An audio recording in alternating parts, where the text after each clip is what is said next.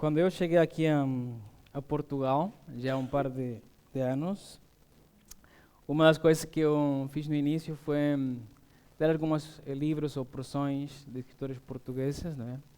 E consegui um audiolivro, desculpem, de um autor chamado José Saramago. Não é? É uma pessoa pois que conseguiu o Prémio Nobel e em termos literários, pois provavelmente a maior figura das maiores, pelo menos, né? Da literatura portuguesa. E o livro Caim, não sei se alguns já leram o livro, ou como no meu caso, ouviram o livro. Quando comecei a ouvir o livro, pois vi realmente uma pessoa com uma grande imaginação, uma pessoa em termos de preencher ali uma história paralela às escrituras, obviamente, com a sua imaginação. Mas uma coisa que desde o início também consegui ver neste livro, não é um ateísmo, porque ele sempre anunciou ser ateu, mas na minha perspectiva é um ódio a Deus, né? Mais do que uma descrença a Deus, né? É ódio a Deus. E uma das passagens que o Senhor José Saramago pois refere é esta de Caim, que aparece em Gênesis 4. E ele preenche um bocadinho, mais uma vez não estou aqui criticar a sua questão literária, né, porque realmente é uma pessoa destacada, mas e essa questão mais metafísica, ou filosófica ou religiosa, na qual ele acusa a Deus de vários, até podemos chamar, pecados. Né. A minha intenção hoje, totalmente ao contrário, é podermos ver a história de Caim, essa pequena porção, porque considerando o tamanho da palavra é pequena, mas poder ver de facto o que o Senhor nos ensina e aprendermos mais de Deus, também de nós, desses 6 versículos. Né? Então eu convido a todos para que possamos ir a capítulo 4 de Gênesis, e vamos ler dos versículos 1 ao versículo 16.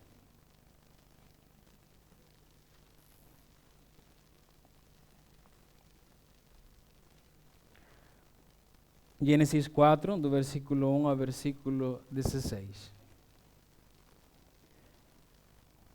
Diz assim: E conheceu Adão a Eva, sua mulher, e ela concebeu e teve Caim. E diz: Alcancei do Senhor um varão, e tenha mais um irmão, Abel. E Abel foi pastor de ovelhas, e Caim foi lavrador da terra. E aconteceu ao cabo de dias que Caim trouxe do fruto da terra uma oferta ao Senhor. E Abel também trouxe dos primogênitos das suas ovelhas e da sua gordura. E atentou o Senhor para Abel e para a sua oferta, mas para Caim e para a sua oferta não atentou. E irou-se Caim fortemente e decaiu-lhe o seu semblante. O Senhor disse a Caim: Por que te iraste? E por que descaiu o teu semblante? Se bem fizerdes, não haverá aceitação para ti? E se não fizeres bem, o pecado jaz à porta, e para ti será o seu desejo, e sobre ele dominarás. E falou Caim com o seu irmão Abel, e sucedeu que, estando eles no campo, se levantou Caim contra seu irmão Abel e o matou. E disse o Senhor a Caim: Onde está Abel, teu irmão? E ele disse: Não sei. Sou eu o guardador do meu irmão? E disse Deus: Que fizeste? A voz do sangue do teu irmão clama a mim desde a terra. E agora, maldito és tu desde a terra, que abriu a sua boca para receber da tua mão o sangue do teu irmão, Quando lavrar essa terra, não te dará mais a sua força. Fugitivo e vagabundo serás na terra. Então disse Caim ao Senhor: É maior a minha maldade que a que possa ser perdoada. Eis que hoje me lanças da face da terra, e da tua face me esconderei, e serei fugitivo e vagabundo na terra. E será que todo aquele que me achar me matará? O Senhor, porém, disse: Portanto, qualquer que matar Caim, 7 vezes será castigado. E pôs o Senhor um sinal em Caim, para que o não ferisse qualquer que o achasse. E saiu Caim de diante da face do Senhor, e habitou na terra de Nod, da banda do oriente do Éden. Vamos parar aí. Quando nós encontramos esta passagem, devemos tentar localizá-la em que porção da Escritura se encontra. Este é capítulo 4 de Gênesis, forma parte de uma passagem maior, que é capítulo 3 ao capítulo 11 de Gênesis. O que acontece nestes capítulos? Que acontece nestes capítulos? Pois acontece que em Gênesis 3, nós conhecemos como a queda, quando o pecado entra aqui aos homens, à humanidade. A partir de ali, tudo é uma bola de neve. Chega aqui o caso de Adão e Eva no início, depois o caso de Caim e Abel, depois um pouco mais à frente de um descendente de Caim que chama-se Lameque, e vai avançando, depois chegam os dias de Noé, e o ponto de clímax é ali quando chegam os homens e tentam rebelar-se de forma coletiva contra Deus, na Torre de Babel, que não só mostra-se ali o amor também de Deus a não castigá-los de uma forma mais intensa, mas também forma aquela ideia de Babel ou de Babilônia também, que mais à frente se vem concretizar contra qualquer império que quer fazer tudo o que é contra a vontade de Deus. Então nós estamos aqui em Gênesis 4, e quando nós temos esta pequena passagem, nós encontramos no início uma frase de Eva, que deve ser importante para interpretar bem a passagem, que é versículo 1, quando ela diz: alcancei do Senhor um varão. Não aparece nada de Abel. Nasce Caim, ela diz esta frase, e de Abel simplesmente diz que nasceu. Né? É interessante que no capítulo 3, Deus, apesar de castigar aos homens por causa do pecado, não deixou ao homem sem esperança. E ali no versículo 15, do capítulo 3, Deus deixou que nós conhecemos como o primeiro vislumbre, a primeira luz do Evangelho, né, que é a semente de Eva. Né? Quando Deus diz aqui a Eva: e porém inimizade entre ti e a mulher, e entre tua semente e a sua semente, esta te ferirá a cabeça e tu lhe ferirás o calcanhar. Ou seja, um descendente de Eva, que é claramente dito de forma poética, viria aqui a vencer a Satanás, que é aqui a serpente. Essa aqui é a ideia que passa a passagem. Pois quando Eva diz isto, no capítulo 4, versículo 1, Caim aparece como um candidato. Alcancei do Senhor um varão. Um candidato para ser esse homem que poderia remir a humanidade, poderia vencer o pecado. E a partir de ali aparecem, por assim dizer, 3 testes de Caim. Vamos ver se de facto ele passa. O primeiro teste aparece no início, quando Caim e Abel apresentam uma oferta ao Senhor. Alguns, pois, dizem que a oferta de Caim foi rejeitada porque não tinha sangue ou gordura como a de Abel. Né? Há muitas interpretações de porquê. Contudo, no Novo Testamento, às vezes nos é dito ali na primeira carta de João, que o que estava, vamos dizer assim, a fazer que o sacrifício de Caim não fosse aceito era a atitude que Caim tinha para com Deus. Inclusive, João chega a dizer que o que tinha Caim no seu coração era inveja de seu irmão. Inveja de seu irmão. Então, Caim faz uma coisa aparentemente boa, piedosa, como é um sacrifício, uma oferta a Deus, mas as suas motivações estragaram tudo. Isso, para mim, dá-nos um excelente princípio para uma aplicação hoje em dia. Porque quando nós estamos aqui na igreja, ou fazemos uma atividade, por assim dizer, religiosa, uma disciplina, muitas vezes nós podemos pensar que só o facto de fazer aquela atividade, aquela disciplina, de praticar algum princípio bíblico, já é suficiente. E muitas vezes o que não é que é mais importante, mas o que acaba por dar-lhe o verdadeiro peso a essa obra é a motivação pela qual nós fazemos isso. Então, Abel e Caim fizeram uma coisa aparentemente boa, que era fazer uma oferta ao Senhor, mas a motivação de Caim era totalmente errada. Não é? No seu coração, peço desculpa, havia inveja. Então, tendo dito isto, está tudo a cair aqui, o microfone. Tendo dito isto, eu gostaria que nós pensássemos na nossa vida e nos fizéssemos a seguinte pergunta: por que eu faço o que eu faço? Por que eu estou hoje na igreja? Por que eu sirvo ao Senhor no café? Por que eu leio a minha Bíblia? Por que eu estou a orar? Será que simplesmente estou a orar porque tenho que fazê-lo? Será que estou a orar porque quero alguma coisa de Deus e se Ele não me dá, então eu vou deixar de orar? Não é? Por que eu estou a servir ao Senhor em qualquer outro ministério? Simplesmente para ser visto, né? E ganhar certo peso na igreja e ter uma boa reputação, né? Há um exemplo bem claro disso, a terceira carta de João, né? O irmão Sóstenes. Servia muito ao Senhor, mas estava a destruir a igreja porque ele queria, dizia, o primeiro lugar. Né? Então, aparentemente coisas boas, mas com motivações erradas. Então é um princípio que Caim nos mostra.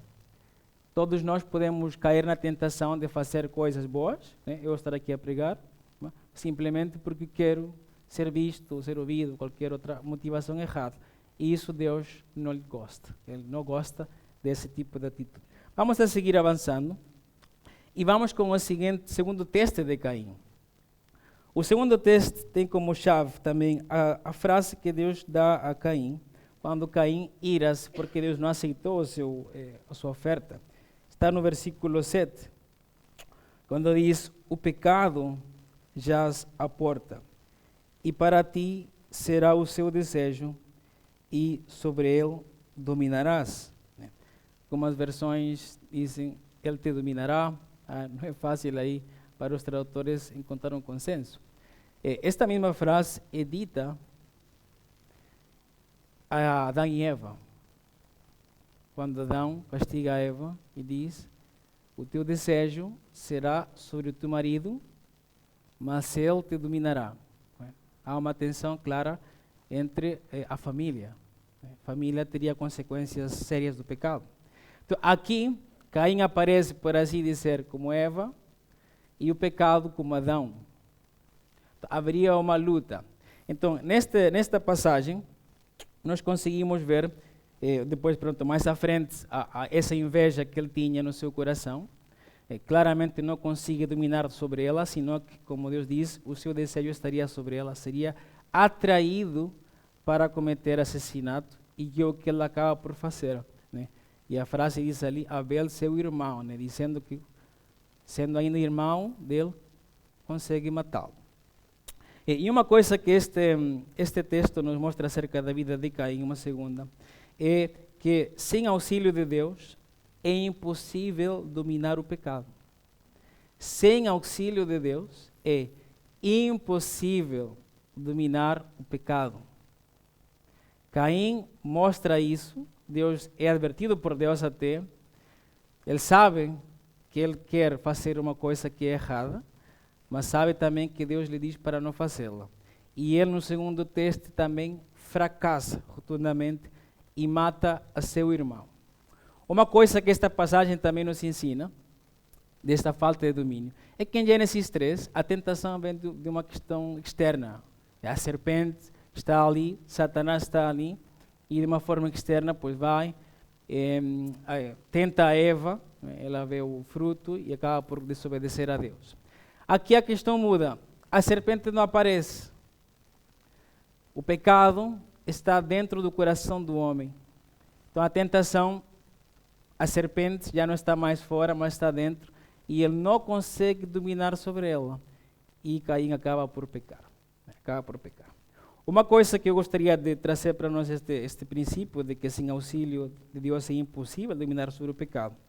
É um problema que protestantes e católicos também têm. Uma boa parte de protestantes e católicos têm, que é pensar que o homem nasce como uma espécie de Adão, no sentido de que é uma pessoa sem nenhuma inclinação moral, que ela é livre, ela tem uma espécie de escolher entre o bem e escolher o mal. Há muitos debates à volta disto, né? Claramente, há livros inteiros até assim sobre esta temática, né? Mas a Bíblia não há uma passagem que ensine explicitamente essa liberdade de que o homem possa nascer com uma liberdade com a que nasceu Adão e Eva. O que a Bíblia se ensina, que às vezes é confundido, é que o homem é responsável pelo que ele faz, que é diferente. O homem, segundo a palavra, segundo esta passagem de Caim e segundo outras, por exemplo, Romanos 6-8, bastante clara nessa questão, já tem uma inclinação a fazer o que é errado. E essa inclinação, sem a ajuda de Deus, é impossível tirá-la do ser humano. Contudo, o ser humano, apesar desta inclinação, vai ser sempre responsável pelo que ele faz e pelo que ele pensa.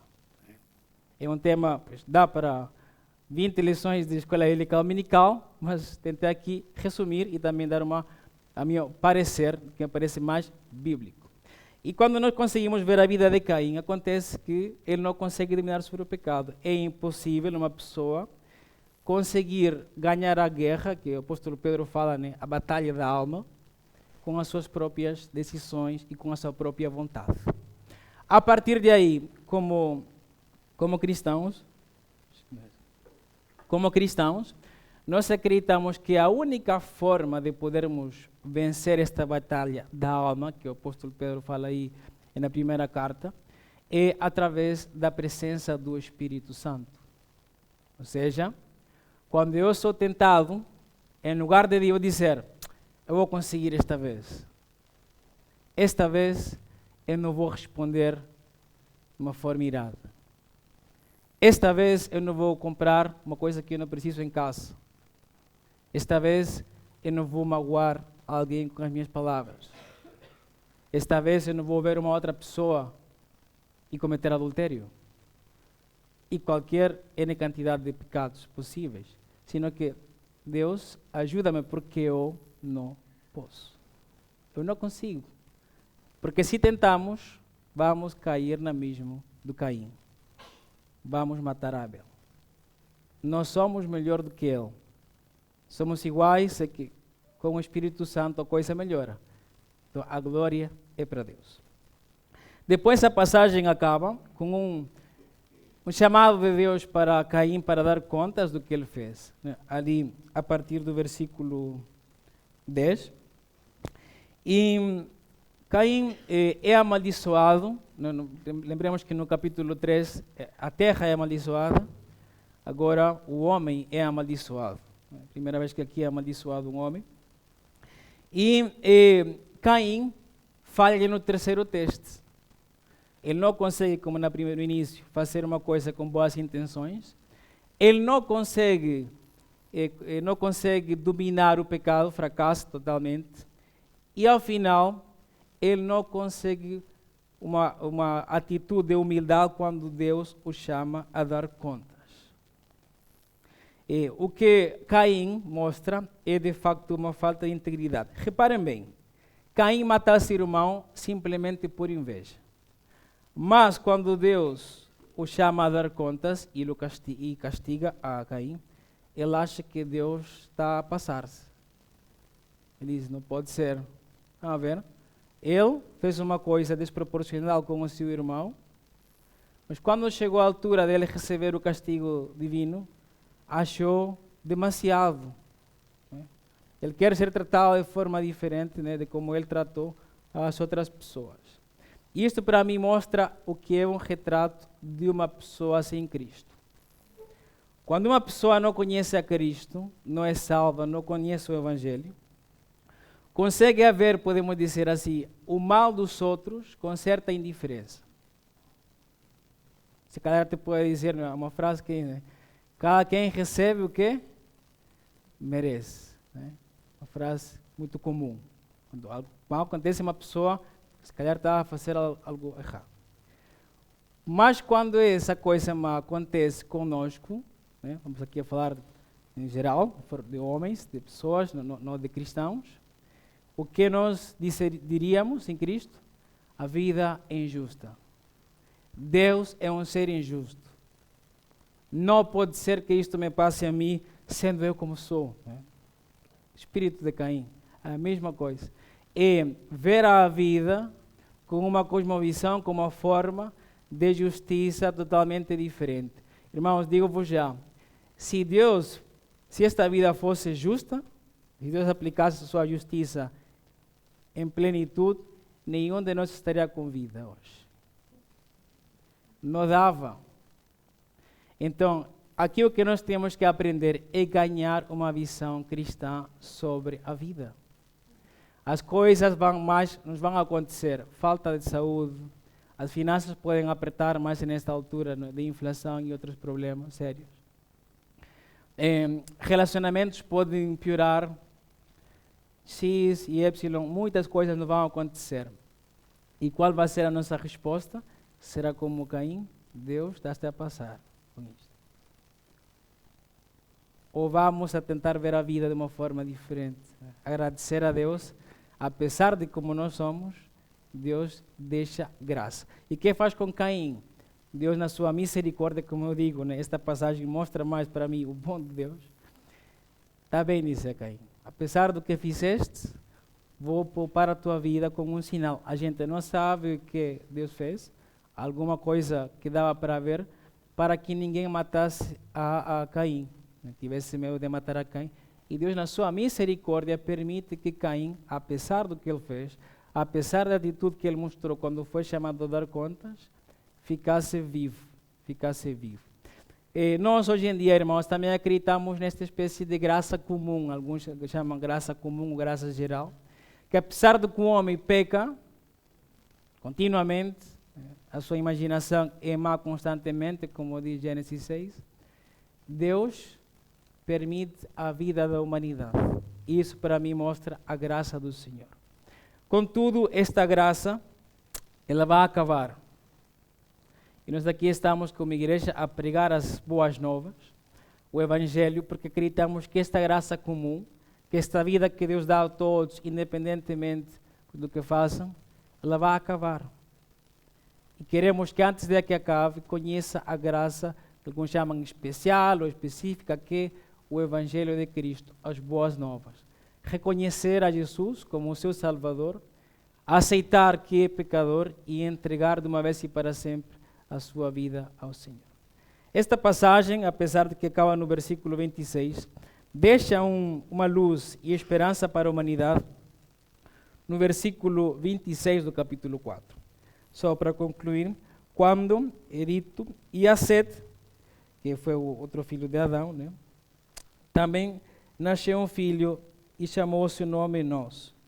Então se começou a invocar o nome do Senhor. Depois de Caim, depois de Abel, tiveram vários filhos, né? Um deles, Sete. E através de Sete nasce Enós, e aí a partir de aí se reaviva a esperança da semente de Eva, que estávamos à espera desse Messias.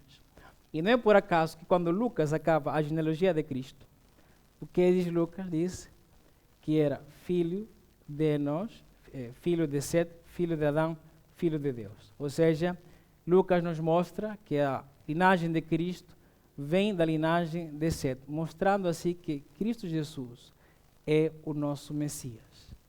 Caim não conseguiu passar o teste, Abel lastimosamente morreu, muitos outros tentaram, mas somente em Cristo conseguimos ver um retrato da perfeição humana, de como um homem deve portar-se em qualquer situação, e especificamente quando é tentado. Então, avalie a sua vida, avaliemos nossa vida como igreja, como família, as nossas motivações, avaliemos por que fazemos o que fazemos, como estamos a lidar com as tentações, como estou a responder a Deus quando algo mal me acontece. Porque esta passagem mostra muito, de facto, quanto nós precisamos de um Salvador, de Cristo Jesus. Vamos orar. Senhor, te agradecemos por esta passagem Obrigado porque pelo Teu Espírito conseguimos entender bem e conseguimos perceber a verdadeira mensagem. Tu, um Deus misericordioso, um Deus que dá oportunidades, um Deus que avisa, mas um Deus também comprometido com a verdade. Tu, Senhor, te preocupas também com a humanidade, mas também acreditamos que não abres mão da Tua justiça e dos Teus padrões. Senhor, nesta passagem podemos ver como a nossa vida sem Ti se pode tornar. Uma vida com motivações totalmente erradas, uma vida de constante pecado, viver em pecado, dizer-se com muita facilidade às inclinações da nossa alma. Mas, Senhor, nós também conseguimos ver nesta passagem, e mais à frente, esse cumprimento da chegada do Messias.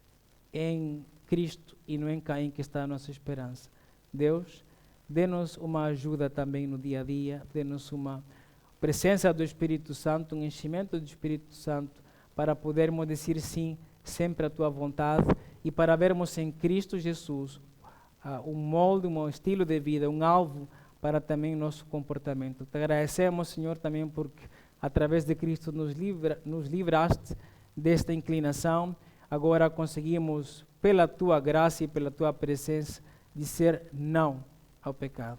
Senhor, te agradecemos, colocamos este tempo na Tua mão e que possamos também voltar à nossa casa meditando nesta passagem. Em nome de Cristo Jesus. Amém.